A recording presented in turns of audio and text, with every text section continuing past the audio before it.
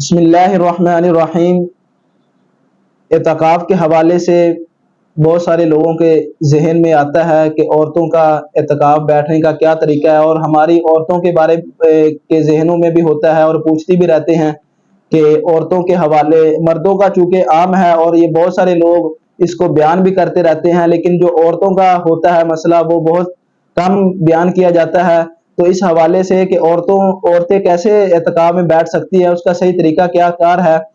تو عورتیں بھی ویسے ہی اپنے گھر میں ایک مخصوص جگہ اپنی چوز کر لیں گی جہاں پر وہ بیٹھیں گی،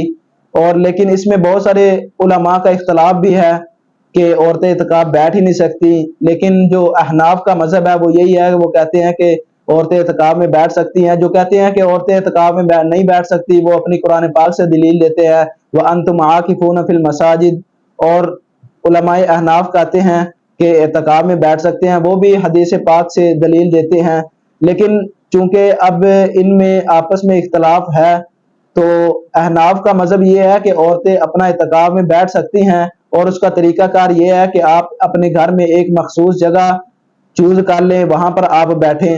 تو آپ وہاں پر بیٹھ کے اپنی عبادت وغیرہ کریں۔ بلا ضرورت عورت اپنی اعتکاف والی جگہ سے نہیں نکل سکتی۔ اگر اس کے وہاں پر آ کے اگر اس کو کوئی شخص مل سکتا ہے تو وہ تو مل سکتا ہے، اس کا خامند ہو گیا، اس کے بیٹے ہو گئے،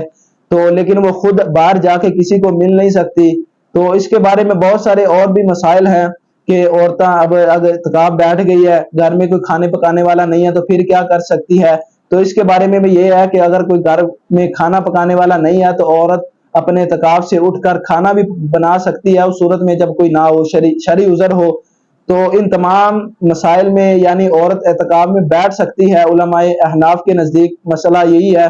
تو بیٹھنے کا طریقہ یہ ہے کہ آپ اپنے ایک مخصوص جگہ بنا لیں، وہاں پر آپ اپنا اعتکاف کر سکتی ہیں، کوئی مسئلہ نہیں ہے اس میں۔